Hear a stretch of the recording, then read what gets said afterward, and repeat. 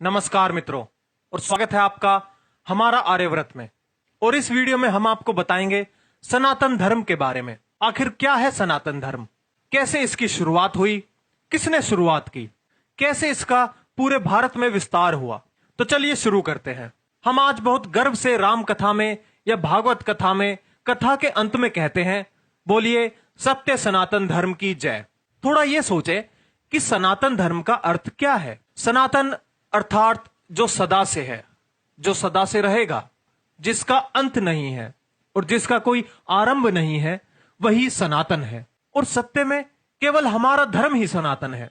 यीशु से पहले ईसाई मत नहीं था, मोहम्मद से पहले इस्लाम का मत नहीं था। केवल सनातन धर्म ही सदा से है, सृष्टि के आरंभ से है। किंतु ऐसा क्या है जो हिंदू धर्म में सदा से है? श्री कृष्ण की भगवत कथा श्री कृष्ण के जन्म से पहले नहीं थी, अर्थात श्री कृष्ण की भक्ति सनातन नहीं है।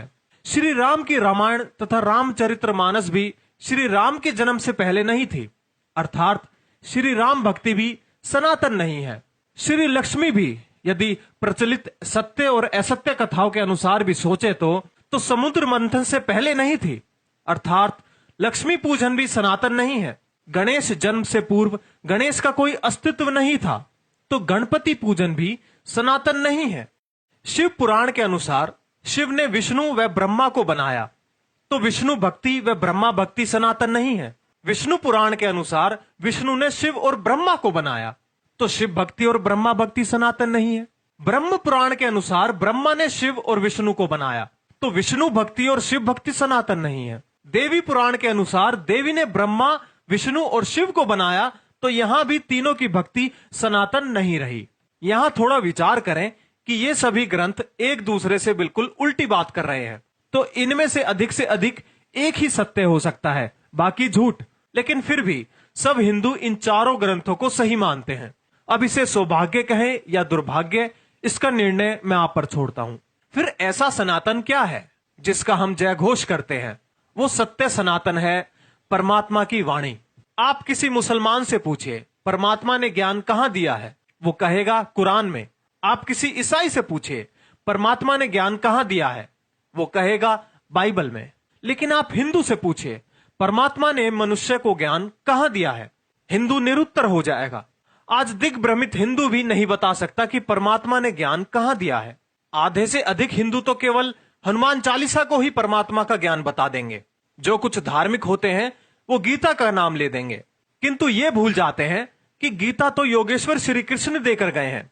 परमात्मा का ज्ञान तो उससे भी पहले होगा या नहीं, अर्थात वो ज्ञान जो श्री कृष्ण ने अपने गुरुकुल काल में अपने गुरु संदीपनी मुनि के आश्रम में पढ़ा था। जो कुछ अधिक ज्ञानी होंगे वो उपनिषद कह देंगे, परंतु उपनिषद तो ऋषियों की वाणी है, ना कि परमात्मा की। तो परमात्मा का ज्ञान कहां है? वेद, जो स्वयं परमात्मा की वाणी है, उसका अधिकांश हिंदुओं को केवल नाम ही पता है। वेद परमात्मा ने मनुष्य को सृष्टि के प्रारंभ में दिए। जैसे कहा जाता है कि गुरु बिना ज्ञान नहीं, तो संसार का आदि गुरु कौन था? वो परमात्मा ही था। उस परमपिता परमात्मा ने ही सब मनुष्यों के कल्याण के लिए वेदों का प्रकाश सृष्टि के आरंभ में किया। जैसे हम नया मोबाइल लेते हैं, साथ में एक गाइड मिलती है कि उसे कैसे चालू करें, किस प्रकार से इस्तेमाल करें, इस स्थान पर ना ले जाएं, इस स्थान पर ले जाएं, ऐसी चीजों के साथ ना रखें आदि। उसी प्रकार जब परम पिता ने हमें यह मानव तन दिया और यह संपूर्ण सृष्टि हमें रचकर दी, तब क्या उसने हमें यूं ही बिना किसी ज्ञान व बिना किसी निर्देशों के भटकने के लिए छोड़ दिया? नहीं, उसने हमें साथ में एक गाइड दी कि इस सृष्टि को कैसे उपयोग करें, क्या करें, इस तन से क्या करें, इसे कहां लेकर जाए, मन से क्या विचारे, नेत्रों से क्या देखें, कानों से क्या सुने, हाथों से क्या करें आदि। उसी का नाम वेद है। वेद का अर्थ है ज्ञान। परमात्मा के उस ज्ञान को आज हमने लगभग बुला ही दिया है। वेदों में क्या है? वेदों में कोई कथा कहानी नहीं है, ना तो श्री कृष्ण की ना श्री राम की। वेद में तिनके से लेकर परमेश्वर पर्यंत वह संपूर्ण मूल ज्ञान विद्यमान है जो मनुष्य को जीवन में आवश्यक है। मैं कौन हूं? मुझ में ऐसा क्या है जिसमें मैं की भावना है? मेरे हाथ, मेरे पैर, मेरा सिर, मेरा शरीर, पर मैं कौन हूं? मैं कहां से आया हूं? मेरा तन तो यही रहेगा, तो मैं कहां जाऊंगा? परमात्मा क्या करता है? मैं यहां क्या करूं? मेरा लक्ष्य क्या है? मुझे यहां क्यों भेजा गया? इन सब का उत्तर तो केवल वेदों में ही मिलेगा। रामायण, भागवत, महाभारत आदि तो सारी ऐतिहासिक घटनाएं हैं जिनसे हमें सीख लेनी चाहिए और इन जैसे महापुरुषों के दिखाए सन्मार्ग पर चलना चाहिए। लेकिन उनको ही सब कुछ मान लेना और जो स्वयं परमात्मा का ज्ञान है उसकी अवहेलना कर देना केवल मूर्खता है। यह हमारी छोटी सी कोशिश थी आपको अपना धर्म यानी सनातन धर्म समझाने की। आशा है कि आप इस जानकारी को हर हिंदू और हर सनातनी के पास साझा करेंगे, क्योंकि यह जानकारी हर हिंदू के पास या हर भारतीय के पास होनी जरूरी है।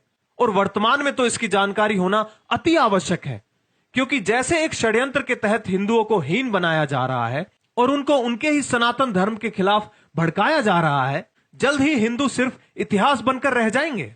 और जो कुछ लोग ये बोलते हैं कि हिंदू कभी खत्म नहीं हो सकते, वो जीवन पर्यंत तक रहेंगे, तो मैं आपको बता दूं आज दुनिया में हिंदुओं का सिर्फ एक ही देश है और वो भी सिर्फ अनौपचारिक रूप से।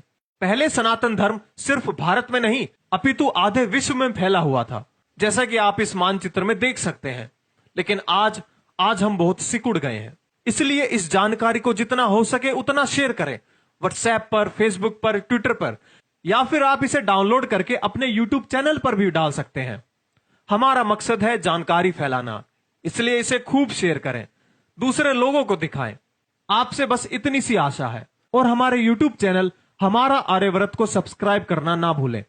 तब तक के लिए करबद्ध नमस्कार।